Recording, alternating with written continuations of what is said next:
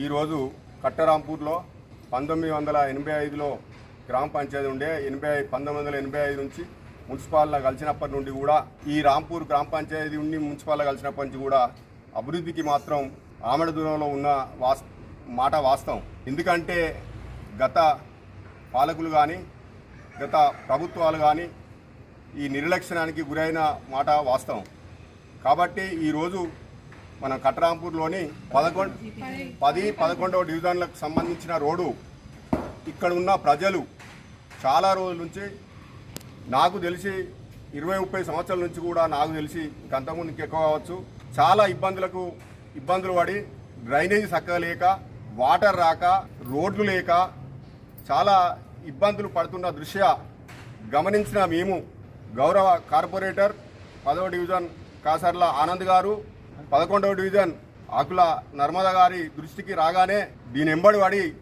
చాలా రోజుల నుంచి కూడా ఇప్పటికి ఎంబడి పడి కూడా ఒక 6 నెలలు అవుతుంది. ఇక్కడ ఈ మల్లేశన్ అని ఉంటాడు పక్కకి ఇల్లు, రోజు మాకు మెసేజ్ పెట్టి రోజు మమ్మల్ని అలర్ట్ చేసి ఈరోజు ఈ స్థాయికి ఇక్కడికి పట్టుకొచ్చినందుకు ఆయనకు కూడా ప్రత్యేకమైన కృతజ్ఞతలు తెలియజేస్తూ, ఏదైతే ప్రజలు ఇబ్బంది పడుతున్నారో కంపల్సరీ ఆ కార్పొరేటర్, ఈ ఇద్దరు కార్పొరేటర్లు ఇద్దరు పొత్తులో ఉన్న ఈ రోడ్డును, దీనికి సంబంధించిన నీళ్లు లేవు, తర్వాత రోడ్లు లేకుండే, తర్వాత యూజ్డ్ లైన్ లేకుండే, ఇవన్నీ కూడా ఒక్కొక్కటిగా అన్ని క్లియర్ చేసి ఈరోజు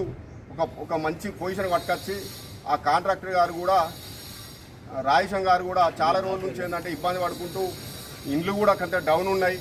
ఈ లేవల్ చేయాలనే ఉద్దేశంతో అంతా కూడా ఇప్పుడు అంతా సాగు చేసి సౌవ్యం చేసి ఇక్కడ ఉన్న ప్రజలకు సౌకర్యం కల్పించినందుకు వారికి కూడా ప్రత్యేక కృతజ్ఞతలు తెలియజేస్తూ, ఇది మున్సిపల్ జనరల్ ఫండ్ నుంచి ఏంటంటే 20 లక్షల రూపాయలు పెట్టడం జరిగింది. ఈరోజు ఇనాగ్రేషన్ చేసుకున్నందుకు ఈ ప్రజలందరూ కూడా సంతోషంగా ఉన్నారని భావిస్తూ, వారందరికీ కూడా ఏ కష్టాలు వచ్చినా, ఏమైనా, ఏమి ఇబ్బందులు ఉన్నా, ఎక్కడికి ప్రజలకు ఏమైనా ఉన్నా మాది ఇంకొక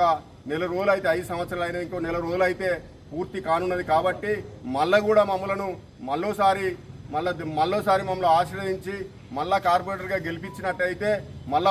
ఉన్న రోడ్లు కూడా అన్నీ కూడా పూర్తి స్థాయిలో అన్నీ కూడా ఇంకా పెండింగ్ ఉన్నాయి, చాలా ఉన్నాయి. ఎన్ని అయినా కూడా ఎన్ని చేసినా కొడతలే కాబట్టి దాన్ని ఇంకా కూడా మళ్ళీ 5 సంవత్సరాలు చేసినట్టంటే ఇంకా పెండింగ్ ఉండేవని కూడా అన్నీ కూడా క్లోజ్ చేసి, అదేవిధంగా